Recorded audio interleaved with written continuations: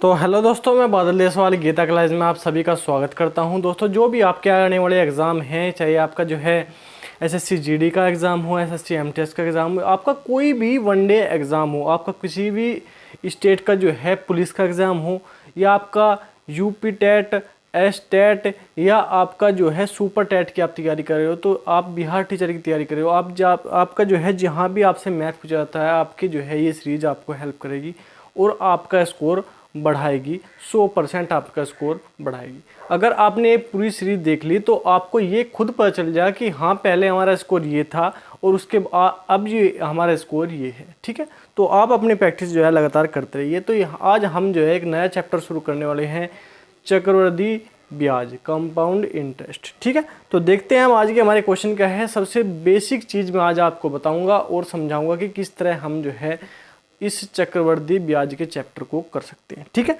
तो देखते हैं हम आज के हमारे क्वेश्चन क्या है। क्वेश्चन नंबर 1 हमारा 12,400 रुपये का 15% वार्षिक दर से 2 वर्ष का चक्रवृद्धि ब्याज तथा साधारण ब्याज का अंतर हमें जो है बताना है। ठीक है, तो सिंपल तरीके से मैं आपको साधारण ब्याज भी इसमें निकालना बताऊंगा और सिंपल तरीके से चक्रवृद्धि ब्याज में, जिससे कि आप इनका अंतर आराम से निकाल सको। ठीक है, तो आप जो है इनका अंतर जो है बिल्कुल आराम से जो है निकाल सकोगे, आपको कोई भी दिक्कत नहीं होने वाली है। ठीक, तो सबसे पहले मैं आपको साधारण ब्याज बताऊं। अगर हम सबसे पहले क्या करेंगे कि 100 रुपये पर निकालेंगे।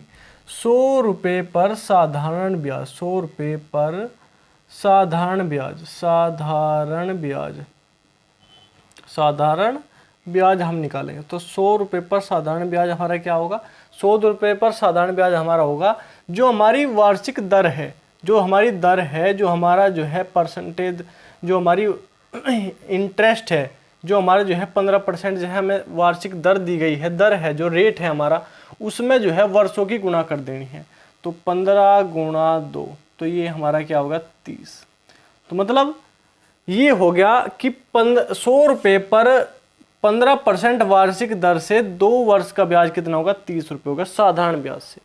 अब यही बात हम 100 रुपये पर चक्रवृद्धि ब्याज की, 100 रुपये पर चक्रवृद्धि ब्याज, 100 रुपये पर चक्रवृद्धि ब्याज की अगर हम बात करें तो हम क्या करेंगे? 100 रुपये पर चक्रवृद्धि ब्याज की बात हम करें तो क्या करेंगे?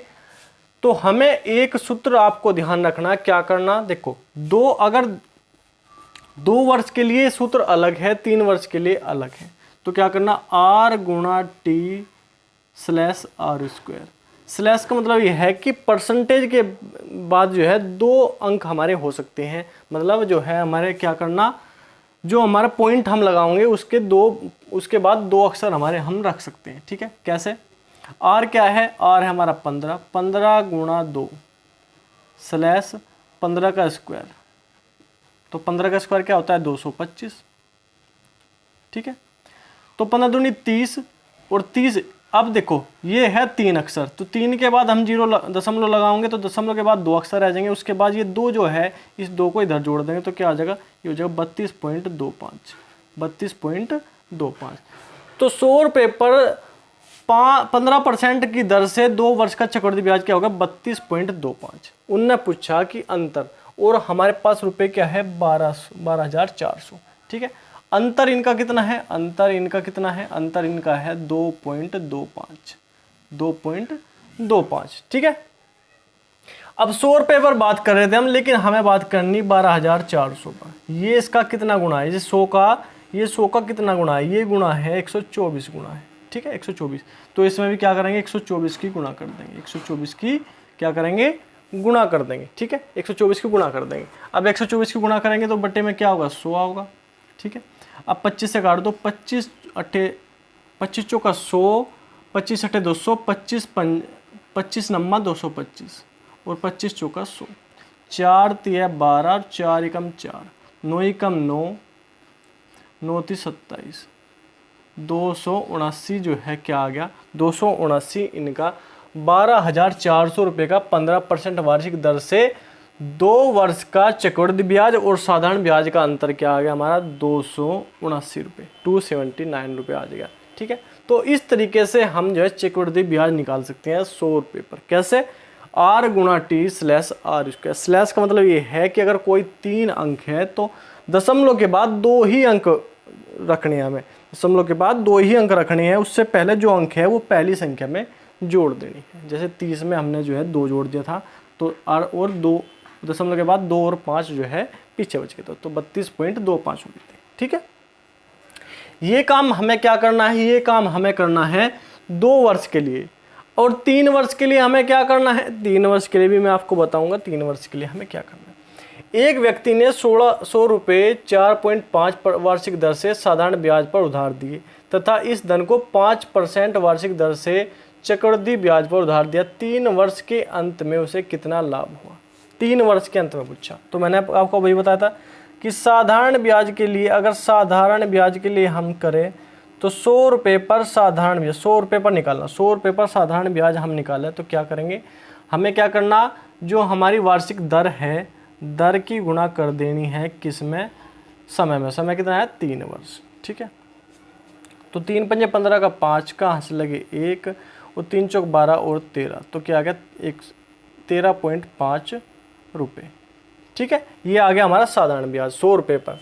अगर 100 रुपये पर चक्रवृद्धि ब्याज हम निकाल लें, चक्रवृद्धि ब्याज हम निकाल लें 100 रुपये पर, तो ये क्या होगा, चक्रवृद्धि ब्याज क्या निकाल, तो देखो जब 3 वर्ष की बात हो, 3 वर्ष की, जब 3 वर्ष की बात हो और 5% 10% की बात हो तो हमें क्या करना है, देखो 5% में 15.7625, ये हमारा जो है क्या होगा, ये हमारा ब्याज होगा 100 रुपये पर। ठीक है, 10% में क्या होगा 33.1 हमारा ब्याज होगा। ये हमें रटना है, ये हमें क्या करना, ये हमें रट लेना है। जब 3 वर्ष की बात हो तो 5% और 10% में हमारा जो है क्या होगा, ये 100 रुपये पर ब्याज होगा। हमें कहा कि 5% पर 3 वर्ष के लिए, 5% पर 3 वर्ष के लिए, तो हमारा ब्याज क्या हो जाएगा 15.7625, ये हमको रटना है। ठीक है, क्योंकि क्वेश्चन कम आते हैं इसके, और जो आते हैं वो डायरेक्ट आते हैं, 5%, 10%, 15% इस तरह आते हैं। ठीक है, अब इनका अंतर अगर हम देखेंगे, इन दोनों का अंतर हम देखेंगे तो अंतर हमारा क्या होगा, जब इसमें से घटाओगे तो क्या होगा 5, 2, 6, 2, ठीक है, और 2, तो 2.22625 ये आ गया। अब 100 रुपये पर ये बात थी, लेकिन हमें क्या करना, 1600 रुपये पर बताना, 1600 रुपये पर 1600, तो ये इसका कितना गुना है, ये इसका 16 गुना है, तो इसमें भी 16 गुना कर देंगे, इसमें भी 16 गुना कर देंगे। 16 पंजे 80 की 0 यहाँ से लगे, 0 के यहाँ से लगे 8, 16 पंजे 80। ठीक है, 16 दूनी 32, 32 और 8 40 की 0 यहाँ से लगे 4, से लगे 4। 16 छिकम 96, 96 और 4 कितना होता है 100, 100 की 0 यहाँ से लगे 10। ठीक है, और 16 दूनी 32 और 10 42, 42 का 2 का यहाँ से लगे 4।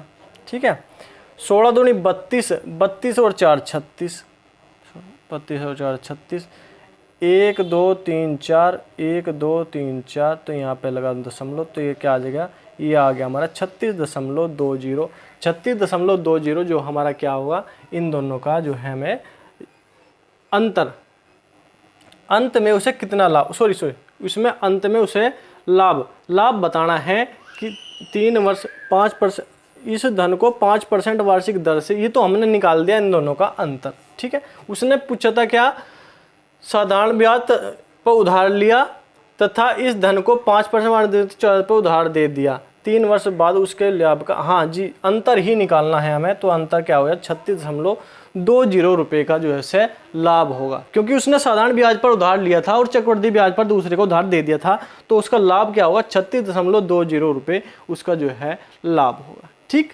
तो इस प्रकार हमें जो है कुछ बातें याद करनी है चक्रवृद्धि ब्याज में, जिससे कि हम जो है डायरेक्ट क्वेश्चनों को निकाल सकें।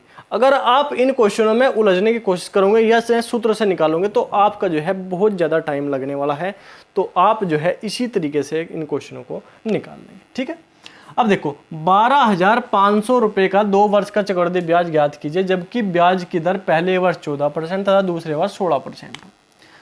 पहले वर्ष 14%, दूसरे वर्ष 16%। अब चक्रवृद्धि ब्याज हो या साधारण ब्याज हो, पहले वर्ष जो है दोनों बराबर होते हैं, एक वर्ष में दोनों बराबर होते हैं। तो हमने जो है 12,500 रुपये का 14% दर से 1 वर्ष का ब्याज हमने निकाल लिया, क्योंकि ये दोनों बराबर होंगे, साधारण ब्याज और चक्रवृद्धि ब्याज। तो निकाल लेंगे तो क्या होगा, ये होगा हमारा क्या, 14 पंजे 70 की 0 हंस लगे 7, 14 दूनी 28 और 7 28 29 30 31 32 33 34 और 1 35 का 5 का हंस लगे 3, 14 दूनी 14 ही कम 14 और 3 17। तो ये हो गया हमारा ब्याज कितना होगा 1750। लेकिन जब अगले वर्ष हम जो है ब्याज निकाल लेंगे कितने परसेंट से, 16% वार्षिक दर से, तो ये ब्याज जो है अगले के मूलधन में जुड़ जाएगा। तो ये किस में जुड़ जाएगा, 12,500 रुपये में जुड़ जाएगा। जब 12,500 में जुड़ेगा तो ये क्या हो जाएगा 0 5 7 और 5 12 का 2 का हंस लगे 1 2 और 1 3 और 1 4 और 1 का 1। तो ये हो गया हमारा अगले वर्ष का मूलधन, ये हो गया 16 वर्ष हमारा जो है इसका दर है, 1 वर्ष का ब्याज हम निकाल लेंगे तो क्या आ जाएगा, 0 से 0 काट दो, 2 पंजे 10 और 2 से काट दो 8 12। ठीक, अब 5 से काट देंगे तो 5 दूनी 10, 5 अट्ठे 40 और 5 पंजे 25। तो क्या आ जाएगा 285 और गुणा 8। तो जब इनकी गुणा करेंगे तो क्या आ जाएगा, 8 पंजे 40 के 0 हंस लगे 4, 8 पंजे 40 की 0 हंस लगे 4। अब 8 अट्ठी 64, 64 और 4 68, 68 का 8 का हंस लगे 6। ठीक, और 8 दूनी 16 और 6 क्या हो गया 22। उसने कहा कि दोनों को बताओ कि कुल लाभ क्या है।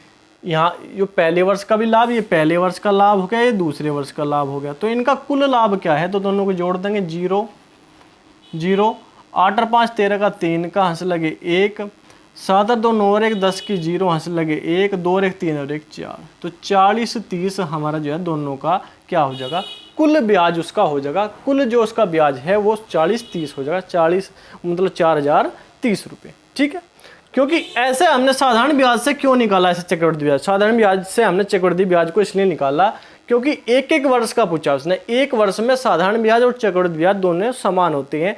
अगले वर्ष जो है पहले वर्ष का जो ब्याज होता है वो मूलधन में जुड़ जाता है, जैसे हमने जोड़ा। ठीक, तो इस प्रकार हम जो है इस क्वेश्चन को सिंपल कर सकते हैं, आसान कर दिया हमने। चक्रवृद्धि ब्याज का क्वेश्चन जो है साधारण ब्याज में कन्वर्ट कर लिया और आराम से हमने सोल्व भी कर लिया। तो ठीक, तो इस प्रकार के हमें क्वेश्चन करते चलेंगे और जो भी मैं इसमें जो है क्वेश्चन आपको कराऊंगा वो ही मोस्ट इंपॉर्टेंट होंगे। उससे अलग जो है परसेंटेज, क्योंकि इसमें जो है 2 वर्ष में 5%, 10% और 15% बहुत ज़्यादा पूछा जाता है। 3 वर्ष में 5% और 10% पूछा जाता है। अगर इससे अलग जो है बहुत कम क्वेश्चन पूछने के चांस है। ठीक है, तो ये थे आज के क्वेश्चन इंपॉर्टेंट है तो आप इनका रिवीजन करिए और आगे जो है अगली क्लास में जो है और भी अच्छे क्वेश्चन मैं आपको कराऊंगा। तो ठीक है, आज के लिए इतना ही। धन्यवाद, जय हिंद।